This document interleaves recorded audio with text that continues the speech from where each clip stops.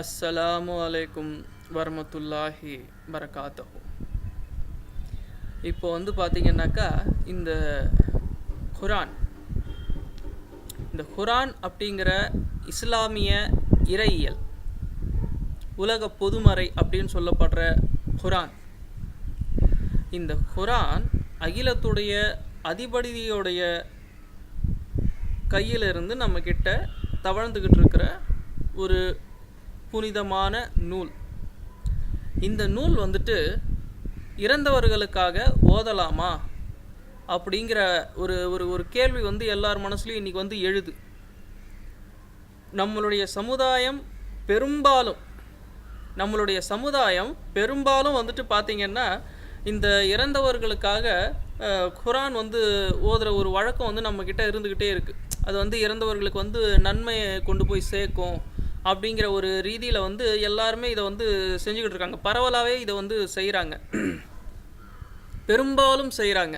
சில பேர் செய்யலை அப்படின்னு சொன்னால் கூட பெரும்பாலான சமூகத்து மக்கள் இந்த குரானை இறந்தவர்கள் பெயரால் ஓதுறதை செஞ்சுக்கிட்டு இருக்காங்க. இது சரியா அப்படிங்கிறது ஒரு இன்னைக்கு எல்லாருடைய மனசுலையுமே ஒரு கேள்வி மாதிரி எழுது.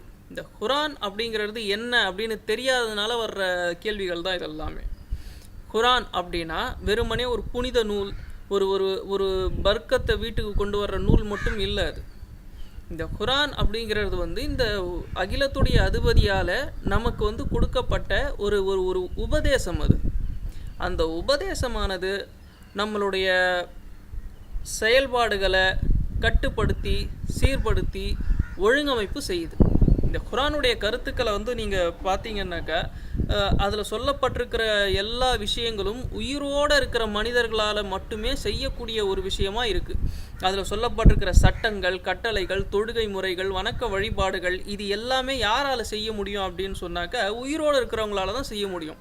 உயிரோடு இருக்கிறவங்க குரானுடைய கட்டளைகளை முழுசாக கடைபிடிக்கிற பட்சத்தில் இவங்க சொர்க்கவாசிகளாக மாறக்கூடிய வாய்ப்புகள் கிடைக்கிது. இதுதான் குரான் நமக்கு சொல்லி தர்ற விஷயம். இப்போ இறந்து போனவங்களுக்காக குரான் ஓதுறாங்க அப்படின்னு சொல்லும்போது இது எப்படி அவங்களுக்கு நன்மை பயக்கும் அப்படிங்கிறது நம்ம யோசிக்க மாட்டேங்கிறோம். உண்மையில ஏன் இந்த யோசனைகள் வரமாட்டேங்குது அப்படின்னு சொன்னால், குரானை நம்ம தெரிஞ்ச மொழியில், இப்போ நமக்கு தமிழ் தெரியுதுன்னு வைங்களேன், இப்போ நமக்கு தெரிஞ்ச அந்த தமிழ் மொழியில் நம்ம படிக்கலை. அது படிக்காததுனால வந்த விளைவு, அது மொழி தெரியாத அந்த அரபு மொழியிலேயே நம்ம படிக்கிறதுனால அது என்ன ஆகுதுன்னாக்கா அது ஒரு ஒரு புனிதமான நூல் அப்படிங்கிற நிலையிலேயே நம்ம நிறுத்தி விடுறோம். இப்போ ஒரு உதாரணத்துக்கு, இப்போ வீட்டில் பர்க்கத் வரணும்னா அல்ஹம்து சூறாக்களை ஓதுனா போதும், பர்க்கத் வந்துடும். அப்புறம் இந்த ஜின்னிக்கிட்ட இருந்தோ காற்று கருப்புக்கிட்ட இருந்தோ பாதுகாப்பு தேடணும்னா ஆயத்துல் குர்சி ஓதுனா போதும், பாதுகாப்பு கிடச்சிரும்.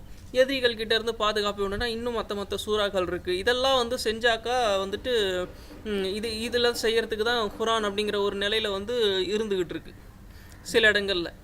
இதுக்கெல்லாம் என்ன காரணம் அப்படின்னா, இந்த குரானை பற்றின முழுமையான தெளிவு நம்ம மக்கள்கிட்ட இல்லாதது தான் காரணமாக இருக்குது. இப்போ இறந்தவர்கள் பேரால் இந்த இறந்தவர்களுடைய பேரால் குரான் ஓதுறாங்க இல்லைங்களா? இப்போ ஒரு உதாரணத்துக்கு சொல்கிறேன். இப்போ நோன்பு மாதத்தை பற்றி குரான் என்ன சொல்லுது அப்படின்னாக்கா, இந்த நோன்பு வைக்கிற நிலையை பற்றி குரான் என்ன சொல்லுது அப்படின்னு நீங்கள் பார்த்தீங்கன்னா, நம்பிக்கை கொண்டோரே உங்களுக்கு முன்னிருந்தோர் மீது விதியாக்கப்பட்டது போல உங்கள் மீதும் நோன்பு விதியாக்கப்பட்டிருக்கிறது, அதன் மூலம் நீங்கள் பயபக்தி உடையவர்கள் ஆகலாம் அப்படிங்கிறது குரான் வசனம். இப்போ நீங்களே சொல்லுங்கள், இது உயிரோடு இருக்கிறவங்களால கடைபிடிக்கப்படுற விஷயமா இல்லையா? உங்களுக்கு முன்னிருந்தோர் மீது விதியாக்கப்பட்டது போல உங்கள் மீதும் நோன்பு விதியாக்கப்பட்டிருக்கிறது அப்படின்னு குரான் சொல்லுது. இது யாரை நோக்கி சொல்லுது? இறந்தவர்களை போய் சொல்லுதா, உயிரோடு இருக்கிறவங்கள சொல்லுதா? உயிரோடு இருக்கிறவங்கள பார்த்து தானே இது சொல்லுது. உயிரோடு இருக்கிறவங்க தானே இதை கடைபிடிக்க முடியும். அப்படி இருக்கும்போது இறந்தவர்களுக்காக குரான் ஓதுறது நன்மை பயக்கும்னா அது எப்படி அது நன்மையில் கொண்டு போய் அது சேர்க்கும்? இன்னொரு இடத்துல என்ன சொல்லப்படுது, அதாவது குரானில் நீங்கள் பல வசனங்களை நீங்கள் பார்க்கலாம். இப்போ பகலின் இரு முனைகளிலும் நீங்கள் தொழுது கொள்ளுங்கள் அப்படின்னு குரான் வசனம் சொல்லுது. பகலின் இரு முனைகளிலும் நீங்கள் தொழுது கொள்ளுங்கள். பகலின் இரு முனைகளினா ஃபஜர், மஹரிப் இப்படி எடுத்துக்கலாம். இப்போ இந்த ரெண்டு தொழுகையும் நீங்கள் தொழுது கொள்ளுங்கள் அப்படின்னு வரும்போது இது யாரை பார்த்து சொல்லுது? உயிரோடு இருக்கிறவங்களை சொல்லுதா, இறந்தவங்களுக்கு சொல்லுதா? நடு தொழுகையை பேணி கொள்ளுங்கள் அப்படின்னு சொல்லுது அசர் தொழுகையை. இது உயிரோடு இருக்கிறவங்கள பார்த்து சொல்லுதா, இறந்தவங்கள பார்த்து சொல்லுதா? அதே மாதிரி நீங்கள் வந்து இந்த ஜக்காத் கொடுங்க அப்படின்னு சொல்லுது வசனம். இது உயிரோடு இருக்கிறவங்கள பார்த்து சொல்லுதா, இறந்தவங்கள சொல்லுதா? ஹஜ் உம்ராவை பற்றின வசனங்கள் இருக்குது. அது உயிரோடு இருக்கிறவங்கள சொல்லுதா, இறந்தவங்கள பார்த்து சொல்லுதா? இப்படி நீங்கள் பல விஷயங்களை நீங்கள் எடுத்து பார்த்தீங்கனாலே தெரியும். எதிரிகளோட போர் புரிகிற விஷயங்களாக இருக்கட்டும், இதெல்லாமே யாரால் செய்ய முடியும்? உயிரோடு இருக்கிறவங்களால மட்டும்தான் செய்ய முடியும். அப்படிப்பட்டது அப்போ இந்த குரான் வந்து யாருக்கானது அப்படின்னா, உயிரோடு இருக்கிறவங்களுக்கு ஒரு பயணச்சீட்டு மாதிரி இது. நீங்கள் உயிரோடு இருக்கிறவங்க அந்த குரான் கருத்துக்களை அப்படியே உள்வாங்கி நம்ம நடைமுறைப்படுத்தப்படும் போது நம்மளுடைய மறுமைக்கான ஒரு பயணச்சீட்டாக இந்த குரான் உதவுமே ஒழிய, இறந்தவர்களுக்காக நம்ம வந்து குரான் ஓதுறதுங்கிறது வந்து நிச்சயமாக இறைவனால் சொல்லப்படவே இல்லை.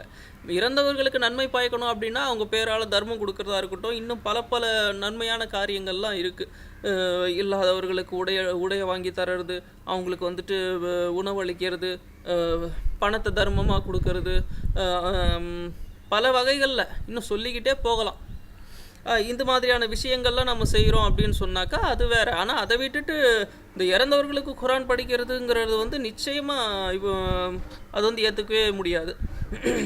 இப்போது உதாரணத்துக்கு 105வது சூரா நீங்கள் எடுத்துக்கிட்டிங்கன்னா அல்-ஃபீல், அதில் என்ன வருது அப்படின்னாக்கா, அலம் தர கைபபா அல ரப்பு கவில் ஆவில் ஃபீல் அப்படின்னு வருது. அதுக்கு என்ன அர்த்தம்? யானை படைக்காரர்களை உம்முடைய ரட்சகர் என்ன செய்தார் என்று பார்க்கவில்லையா அப்படிங்கிற ஒரு வசனம். இது வந்து காபாவை இடிக்கிறதுக்கு வந்த ஒரு ஏமன் நாட்டு கவர்னர் அப்ரஹாவை அவங்களுடைய படைகளை துவம்சம் பண்ணதை இறைவன் இந்த வசனத்தில் சொல்லி காட்டுறதை வந்து நம்ம பார்க்குறோம். இது வந்து யாருக்கு புரியும், யாருக்கு சொல்லி காட்டப்படுது? இறந்தவர்களுக்கா, உயிரோடு இருக்கிறவங்களுக்கா?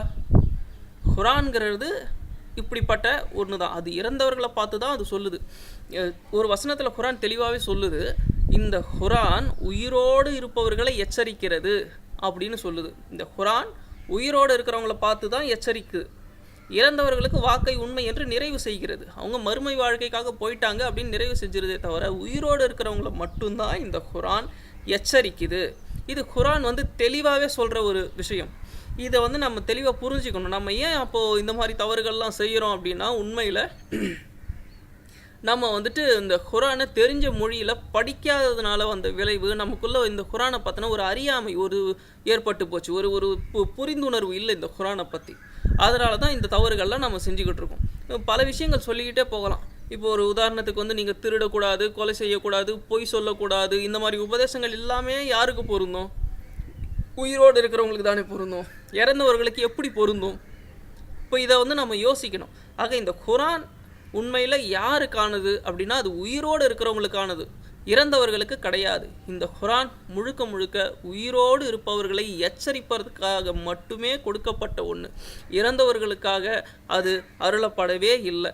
இறந்தவர்களுக்கு நம்ம நன்மை செய்யணும்னா அவங்க பேரால் தர்மம் செய்கிறதோ, இது உதவிகள் செய்கிறதோ, இன்னும் மற்ற நல்ல காரியங்கள்லாம் நிறைய இருக்குது. அவங்களுக்காக நம்ம பிரார்த்தனை பண்ணுறது, இதெல்லாம் தான் நம்மளுடைய உறவினர்கள் இறந்து போனவங்களை வந்து நம்ம சொந்த பந்தங்களை வந்து காப்பாற்றுமே ஒழிய, இந்த குரான் அவங்களுடைய பேரால் ஓதப்படுறது அப்படிங்கிறது வந்து நிச்சயமாக எந்த விதத்திலும் அவர்களுக்கு பயன்படாது அப்படிங்கிறது தான் உண்மை. ஒரு ரொம்ப சுருக்கமான ஒரு விஷயந்தான் இது. இது வந்து ரொம்ப தெளிவாக, ரொம்ப நீளமாக பேசாமல் உங்களுக்கு புரியணுங்கிறதுக்காக சொல்லப்பட்டிருக்கிற விஷயம்தான் இது. இது வந்து உங்களுக்கு புரிஞ்சிருக்கும் அப்படின்னு நம்பலாம், இன்ஷா அல்லாஹ்.